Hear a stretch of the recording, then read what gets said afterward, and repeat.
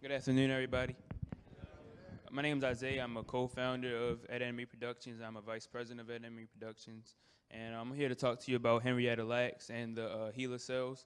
And I'm going to go in on the book by Rebecca Skloot, and I'm going to give a lot of the information that's given in the book, and I'm going to compare it and contrast it with the movie that came out recently.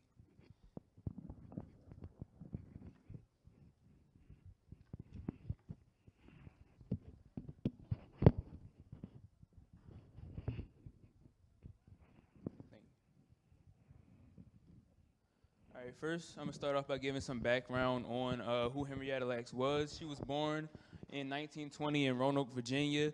Her parents were, she was born Loretta Pleasant, and later her name changed to Henrietta. And the family was uncertain on how her name changed. But her parents had 10 children. Her mother died giving birth to her 10th child.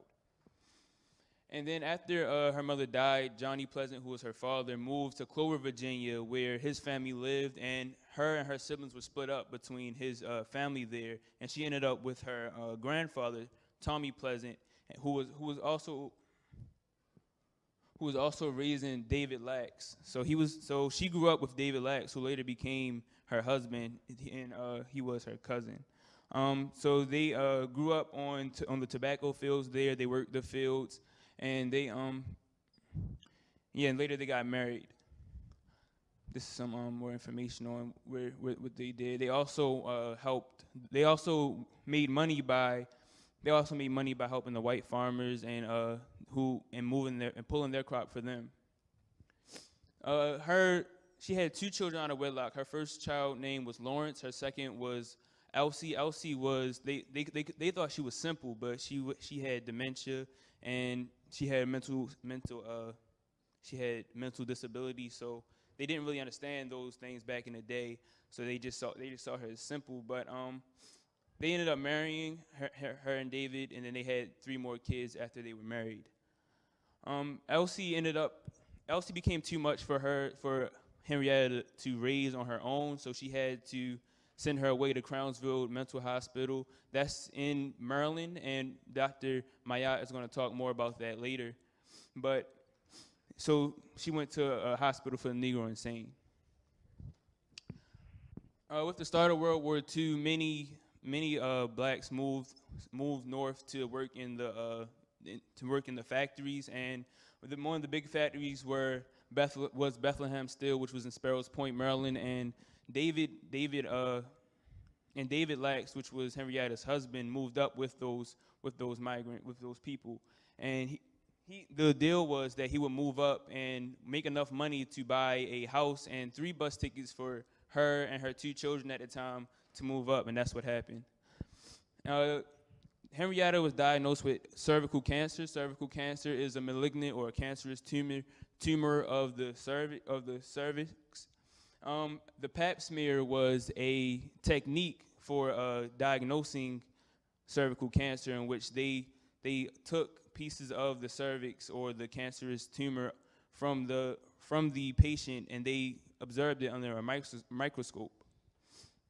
And this really lowered the amount of unjustifiable hysterectomies, because that was a big problem at the time, that doctors was taking out females' sexual organs and unjustifiably without the right diagnosis. The culture of research at the time was much different from how it is today. They often scientists would use patients from public wards and justify it by saying that was their payment for getting free medical care. And so that's a big problem that we see today, because it's not okay to just do things that will harm people's health because they're getting free medical care. So, and this was a quote from the book that says, Hopkins, with its large indigent black population, talk about Johns Hopkins here in Baltimore, had a dearth of clinical material because of all the black people. So they saw the black people as like a prime object for their research. In Henrietta Lacks' time at Hopkins and the start of the HeLa cells. These are three important figures. This is Howard Jones, who was her physician, who diagnosed her with cervical cancer and gave her a lot of her treatment. This is George Gay. He was the head of tissue culture research at Johns Hopkins. And this is Richard Wesley Talende, who was a cervical cancer expert at the time. And he worked at Hopkins also, and he was the boss of Howard Jones. So Howard Jones took the cells from Henrietta, and then Talende, who was his boss, gave them to George Gay, who successfully cultivated them. With these cells, they did not just grow on their own. They had to be cultivated, so they put them in a petri dish with something that's called a media, which is like food for the cells that helps them double and split and create more of itself. Here's some more background on Howard Jones. He was a pioneer of in vitro fertilization. He performed some of the first sex change operations, and he was regarded as a giant by his colleagues at Johns Hopkins. This is George Gay. He was born in Pittsburgh in 1899. He was the director of cancer research at Hopkins, and he built his lab there with his wife, Margaret. And they also found other techniques for observing cells with microscopes, and they could get film and photographs in that way. Howard Wesley Talende, he was one of the top cervical cancer experts in the world. He pioneered the use of estrogen for menopause, and he helped minimize unjustified hysterectomies, which we already talked about was a large problem at the time. The treatment for Henrietta was radium treatment. Radium is a radioactive metal that glows blue, and they would insert that into her vagina. And by doing that, the objective was that it would kill with its radioactive energy. It would kill the cancerous cells, but in doing that, radium also kills normal cells. So that was why it's not used as much today. Now they have chemotherapy, which we'll talk about more later. They also scraped 2 dime-sized pieces of her cervix off her study, and that was given to George Gay, who cultivated them and created the HeLa cells. In Gay's lab, they've been trying to grow human cells for years because it would allow them to do new types of research and new types of experiments to help advance the medical field at the time. And then after he finally cultivated them, 2 days after Henrietta left, they realized that the cells had grew. They had doubled. At first, they thought it was just a fluke, like because before they had tested many other cells, they may have grown a little bit, but they eventually all died out. But with Henrietta's cells, they came back and they continued to grow for days in the culture with the media. And this was the biggest innovation of the medical field of all time. So George was very excited. He told all of his colleagues, and he began giving the cells to other researchers who would use them to make medical advances. The benefits were they were able to do things with these cells that they couldn't do to regular, like humans. So they were able to work with human cells without having to be moral and without having to work with actual humans. So they got to expose them to toxins, drugs, radiation, different infections, and they always had more. Whereas if they use human subjects, first it would be immoral, and the human subjects would die off, and that's a big moral issue. The first big contribution that HeLa made to the world was polio. Polio was a big epidemic at the time. It was killing children all around the world, killed thousands of people a year, and they needed these cells to test. Jonas Salk claimed to have made a polio vaccine, but he didn't have the right materials which he needed to test it. So he needed to mass produce these HeLa cells so that he can test them and make sure that his vaccine works. So they built a factory, and the factory was built at Tuskegee Institute, which was one of the first HBCUs. I'm sure a lot of y'all know about Tuskegee Institute. And it was built by 6 black scientists, and it grew. The factory grew to 35 scientists and technicians, and it created 6 trillion cells a week. And they distributed these cells all around the world to scientists who will use them for polio research. And in the end, the vaccine was successful, and Jonas Salk's polio vaccine worked, and that was a great contribution because it saved millions of children and people a year. Here are some more contributions. They were able to expose HeLa to other viruses such as herpes, measles, mumps, foulpox, and when they didn't necessarily find the cure for all of these through HeLa, but it definitely helped with the research, helped with cloning technology, in vitro fertilization, radiation. They tested it on radiation's effect on human cells, and more things. HeLa. This is just a really nice fact. HeLa was sent up into space on the second satellite ever to orbit the world in Sputnik 2, which was a Russian satellite, and it was also sent up in a NASA satellite, Discoverer 18. They were also used on they also tested HeLa cell's effect with atomic bombs and other things like that. The name Henrietta Lacks was never put out when it first became viral and it first became like something that researchers used. The name was not released until after George Gay, who was the cell culturist who first cultivated them in 1970. When he died, his colleagues at Hopkins created a tribute to him, and in this tribute, they released the real name of the person who they got the cells from, which was Henrietta Lacks. Before this, another name was going around, Helen Lane, which was a false name that somebody had leaked, and much of the public knew her as Helen Lane when that was not her real name, and George Gay never put that down. So after his death, all of that was finally cleared up. After Henrietta died of cervical cancer, she left behind 5 children. Elsie died at the age of 15. She went to Crownsville Hospital at the age of 10 and died at 15.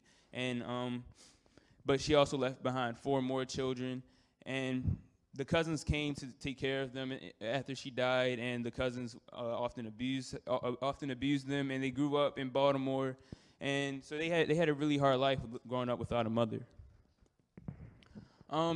This was another thing this was pretty much how they found out about how the family found out about HeLa. The HeLa boom was a phenomenon where scientists who were working with cell culture, they thought they were creating new types of culture other than HeLa, which were to use to test different drugs and different medicines. So they had 18 of them that they did not think was HeLa.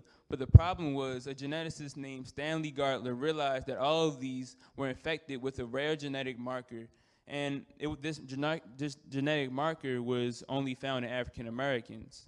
So when he discovered this, and he found out that Henrietta Lacks was a black woman, he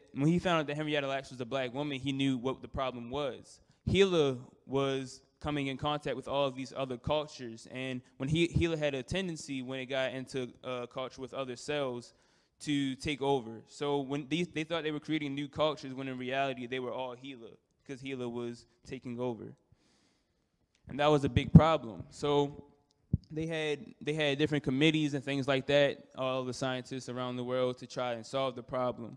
So culturists had wasted millions of dollars in research trying to create new cultures, when in reality they were just working with HeLa. And the solution was found at the first international workshop on human gene mapping at Yale University. In order to solve the problem, they needed to be able to identify which cultures were infected with HeLa. And by doing that, they needed to know what genetic markers HeLa had. And to find that out, they needed to get blood from the family and find out which markers she had. So Victor McKusick, who was one of the first doctors to publish Henrietta's name, and he founded the world's first genetic department at Johns Hopkins, he sent Sue, who was an Asian woman, to contact the family and to get this blood so that they can stop this contamination. So she called David Lacks, who was Henrietta's husband and the father of all all of her children. And he agreed because he believed that they were drawing blood to test his children for cancer, but there wasn't a test for cancer. There's not a test for cancer. So they pretty much deceived him, and they were really using it to help the medical field. So she collected blood from him and all of their children. They even sent doctors to the jail where her son Joe was, where he actually found Islam in jail. He changed his name to Zakaria, and so they sent doctors to jail just to get blood from him. Deborah, who was her oldest daughter, she was asked again to come and give blood by McKusick, and there she met McKusick, and she began asking him all types of questions because she was curious about what happened to her mother, because she never really grew up with her mother, so she was curious about what happened to her. She was curious about the HeLa cells, so she began asking a lot of questions, and McKusick, in a pretty rude way, just didn't answer her questions. He told her some simple facts about its help with polio and how it was in space and how they use it to test atomic bombs. And then he gave her a book called Medical Genetics and signed it. So he never really answered her questions. So this was a woman who was trying to find out more about her parents, the answers that he had, and he wouldn't give her the answers. And with the family believed that George Gay, who was the guy who cultured the cells, and John Hopkins made a lot of money on HeLa, but the truth was they never sold it. They gave it away for free to their colleagues. But there were other biotech companies that did make millions of dollars selling these cells that the family never saw a piece of.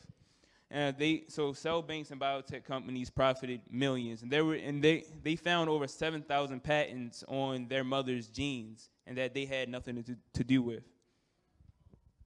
Rebecca Skloot, this was the author of the book. She did her research at first. She first found out about the HeLa phenomenon in college. In I believe biology was her major, and something like that.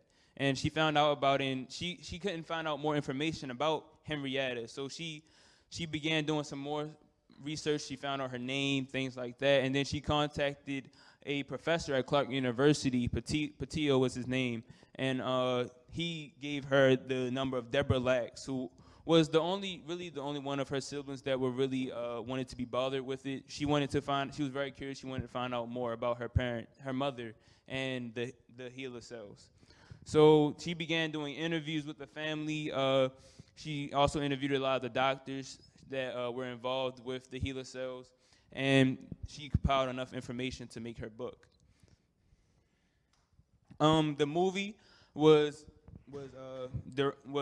produced by Oprah. Oprah Winfrey was one of the producers, produced by many other people, but she was also the star actress. Oprah spent 8 years in Baltimore. I know a lot of y'all know about Oprah Winfrey, but she read the book and wanted to bring it to a larger audience, and that's what pretty much sparked off the movie. The main characters were Deborah Lacks and Rebecca Skloot, who was played by Rose Byrne. Here's pictures of them. The movie and the family. There was five of the family members. There was a lot of controversy behind the movie because 5 of the family members agreed to consult with making the movie. They gave some information to help make it as real as possible. But the oldest son, Lawrence, turned down the only $16,000 that they tried to give him to consult on the movie. So after all these biotech companies made money off of Henrietta Lacks and the HeLa cells, now HBO, Oprah Winfrey, and all of these other people are going to make money off of the whole phenomenon, and they're only going to see a $16,000 piece. So he refused to consult, and they were also wanting him to sign away his rights to talk about his mother. So that's another reason why he didn't comply.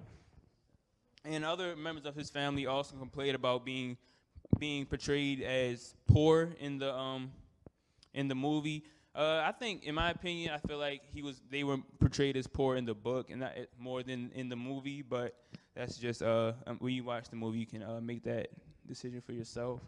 But the movie begins with showing some basic facts. They show newspaper clips, and one thing that they showed that was inaccurate was they showed a scene of George Gay, who talked about the HeLa cells, and he called in the movie he called her Helen Lane. That's not true.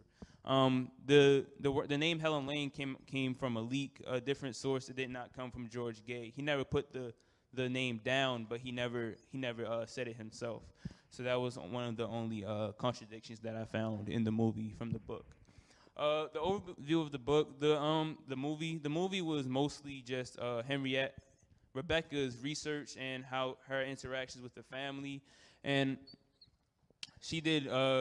So she worked with Deborah a lot, who took her. She actually took Rebecca Skloot to Virginia, where Henrietta's gravesite, her tomb, and her home was. And they also went to the Crownsville Hospital, where her sister Elsie was kept before she died, and that's where Deborah found out about the poor treatment that that Elsie went through there at Crownsville. There was actually a picture that she found. It was supposed to be like a mugshot, I guess, that the white doctor was holding Elsie's face in the picture, and that was a really emotional part of the movie.